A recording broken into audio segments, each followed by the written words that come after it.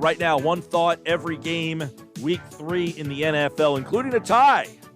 KC Joyner, NFL Insider, footballscientist.com. He now joins me on the Sports Bash. A tie in the NFL. You don't see it often, but when the Eagles and Bengals get together, it always seems to end in a tie. Casey, how are you, man?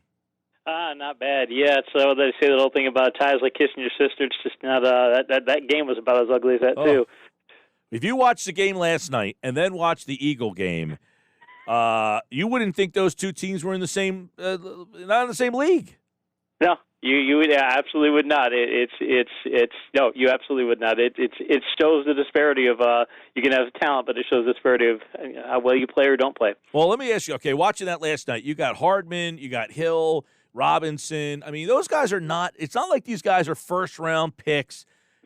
Why are Reed and Kansas City able to get what they get out of guys who are not big physical specimens and are not high draft picks?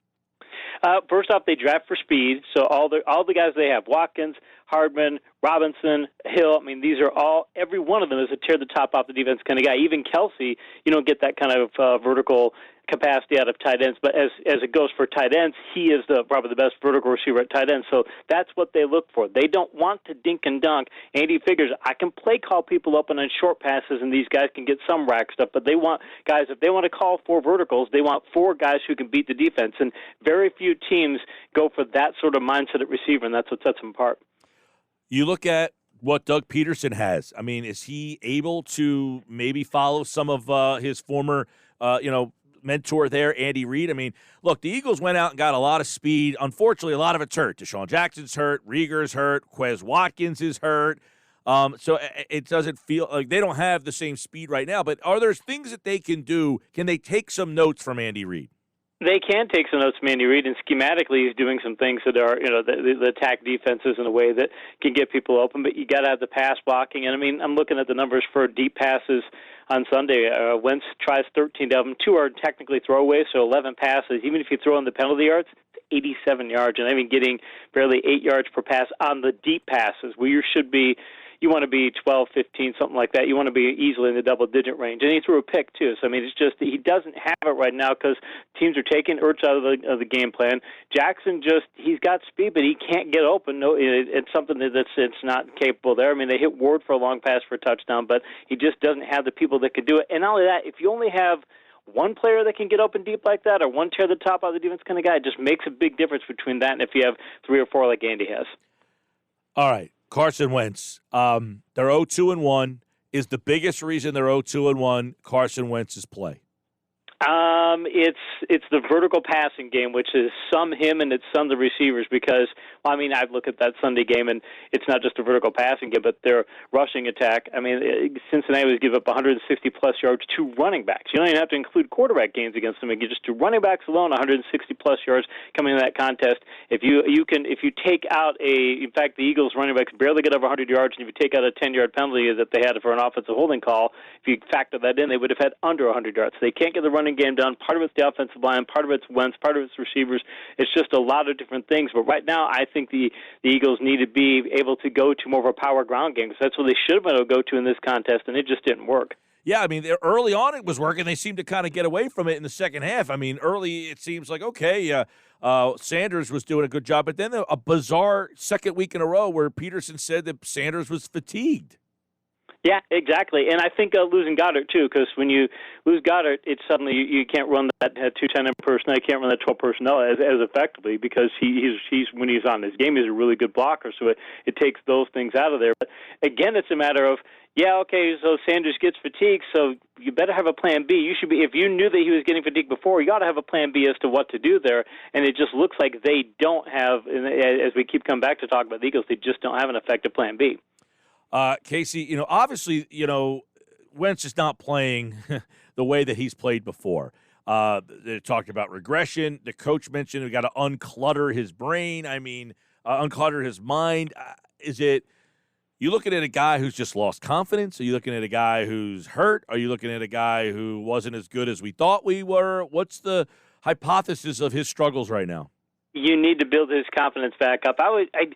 There's that old saying where Herm Edwards used to say are you confident because you play well, or do you play well because you're confident? Herm always thought of it as when you play well, you get confident. Confidence will just be a natural after effect of that. I think with Wentz, what the Eagles need to do is find things that he can do and say, okay, look, we're not going to be able to run the kind of offense. We're not going to be able to be as creative as we'd like to be. So we're going to just find things that you can do and have you do those things until you build your confidence back, until you trust the offensive line. We're going to make sure the offensive line gives you the kind of blocking that you need. We're going to make sure that you can trust your receivers.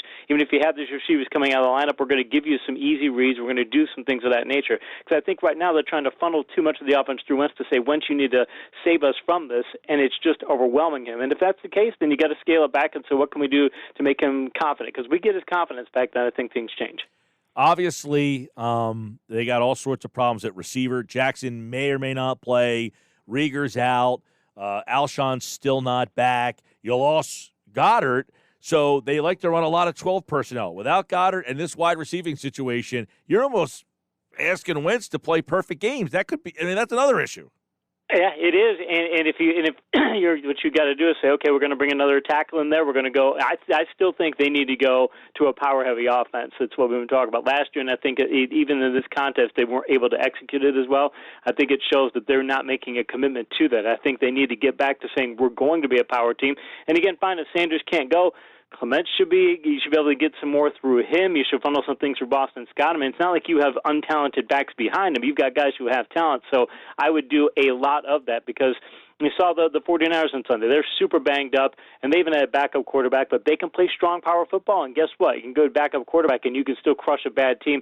That's what the Eagles need to try to be more. We need to be like that and be a more of a power team, at least to the extent that they can, given the current personnel. Okay, it's 0-2-1. You've lost to Washington, not a very good team. You lost to Cincinnati, a horrendous team. Philadelphia fixable or just not a very good team? Right now, they're just not a very good team. You never want to say a team isn't fixable, especially when you've got 7 playoff spots. I mean, you've got the extra playoff spot this year, so you can get off to a poor start.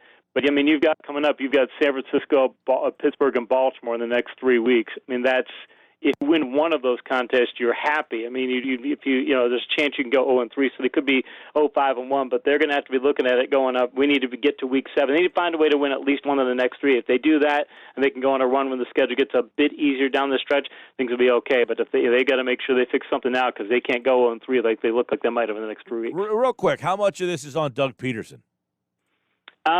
A lot of it's on Peterson because Washington and Cincinnati, you shouldn't be going 0-1-1 against those two teams. I can take the Rams loss because they're a top-flight team, but you can't be losing to Washington. You can't go 0-1 against those teams. You got to at least post one win. So if they had one win or they had 2 wins in those contests, fine, you go 0-3 the next 3, you're still in it. But it's got to be on him because he's got to be able to do more with – he's got to make plan Bs. That if you lose these guys on offense, then you got to be able to do something. He doesn't have a plan to do it. And by the way, 0-2 at home, have to travel to San Francisco next, and then to Pittsburgh.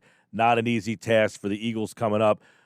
Oh, boy. All right, Friday we'll be back to preview the Eagles and the 49ers. But right now, one thought every game, week 3. Let's get into it here with KC Joyner, footballscientist.com.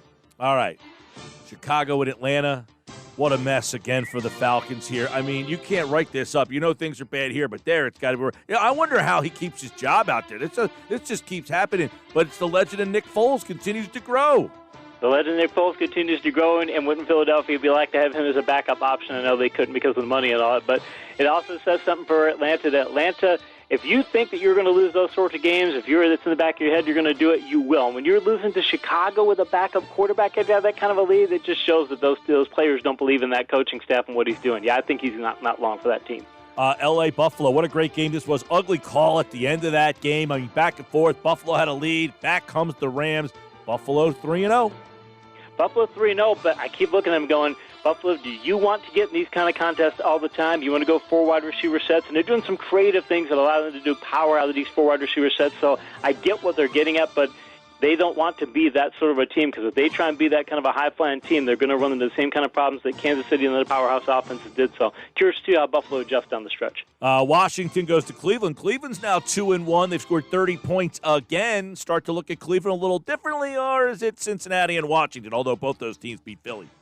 Hey, you're supposed to beat those bad teams if you've got that kind of talent, and they're doing it without getting a lot of production from OBJ. They're doing it with a lot of players, and plus they've got the best 1-2 running back combination in the league. If those two stay healthy, and Cleveland's got a very favorable run defense schedule over the course of the rest of the season, I think that Cleveland can be a 10-win team this year. That's a very interesting statement right there. All right, this game's got some weird implications following it, but Tennessee played Minnesota 31-30. The Titans go to 3-0. Minnesota's now 0-3. Their defense atrocious. We know both those teams have some problems moving forward with COVID-19, but Tennessee gets to 3-0. Minnesota, all sorts of problems at 0-3. Yeah, Tennessee, and if I remember correctly, they had one of their coaches was out for that game also. So that's part of the reason they had big defensive issues. They can't afford that defensive issues because they don't have an offense they could put up 30 per week. In Minnesota, I mean, this is a Mike Zimmer coach team. He's one of the best defensive minds in the NFL, and his team keeps giving up 30-plus points. It's amazing.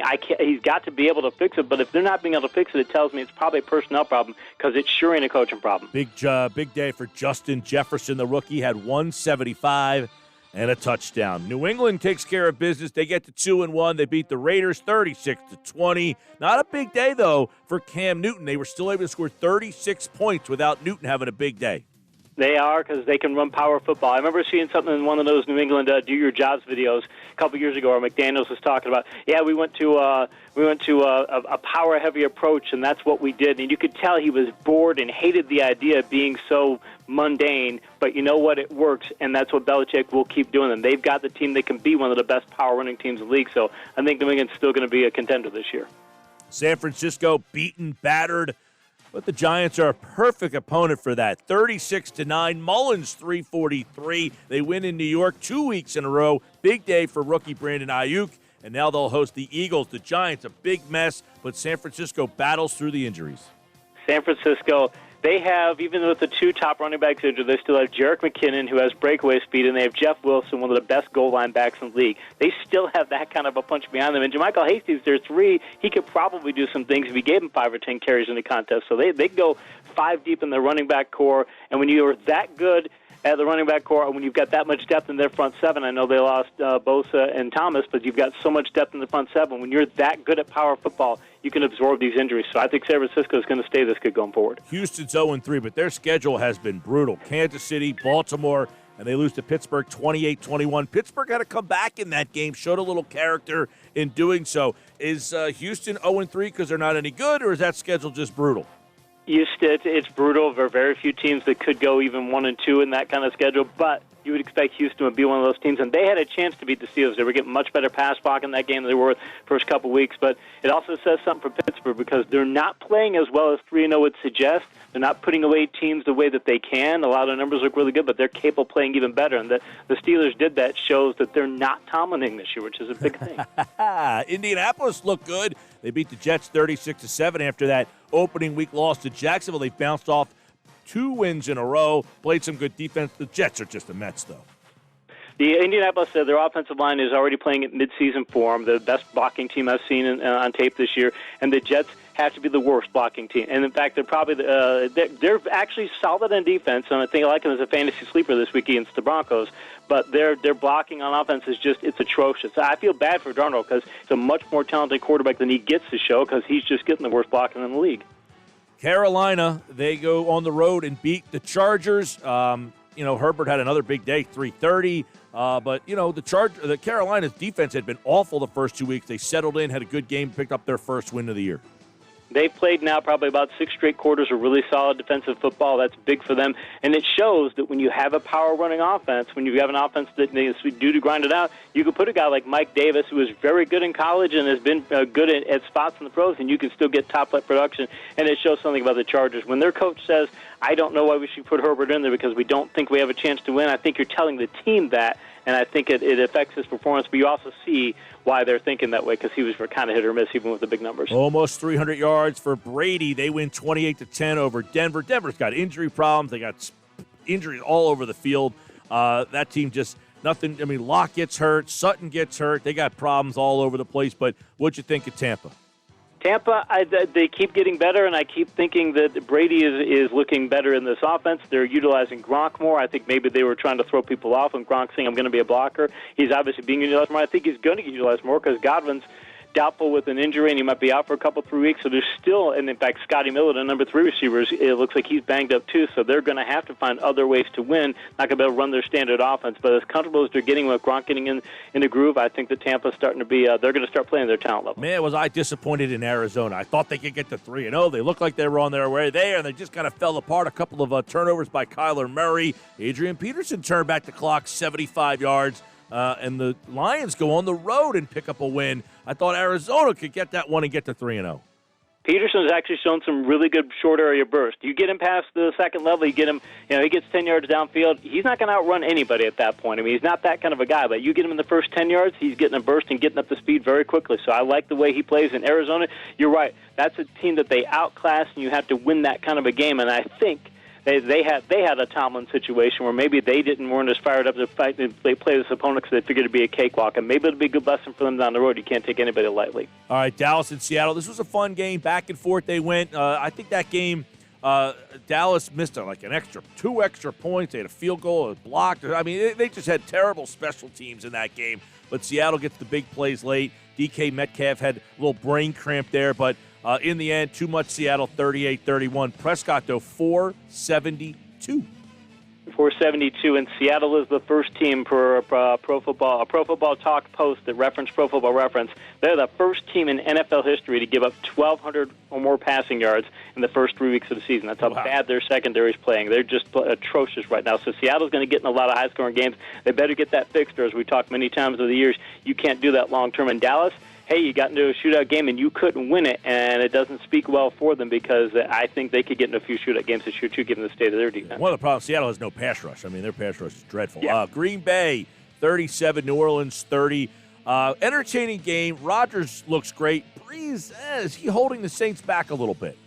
He is a lot. Coming into that contest, he ranked last in the league in air yards per attempt. It's a bunch of dink and dunk passes, and when you don't have Michael Thomas, you can't turn those dink and dunk passes into bigger plays. Traquan Smith hasn't stepped up. Emmanuel Sanders, he's supposed to be a competent receiver. You just can't funnel the offense through him. And you add that to some of the other issues that they have. I mean, Kamara can do so much to offset that, but until they get that passing game going, this is going to be what New Orleans is, a team that just doesn't have enough firepower and offense to keep up a high-scoring contest. All right, and then last night, a lot of fun. Kansas City just ran away from Baltimore. Baltimore couldn't get back into it. And then you got to start wondering about Baltimore and their ability to get down again. I mean, Lamar Jackson barely had over 50 yards passing at one point. Kansas City looked far and away the better team last night.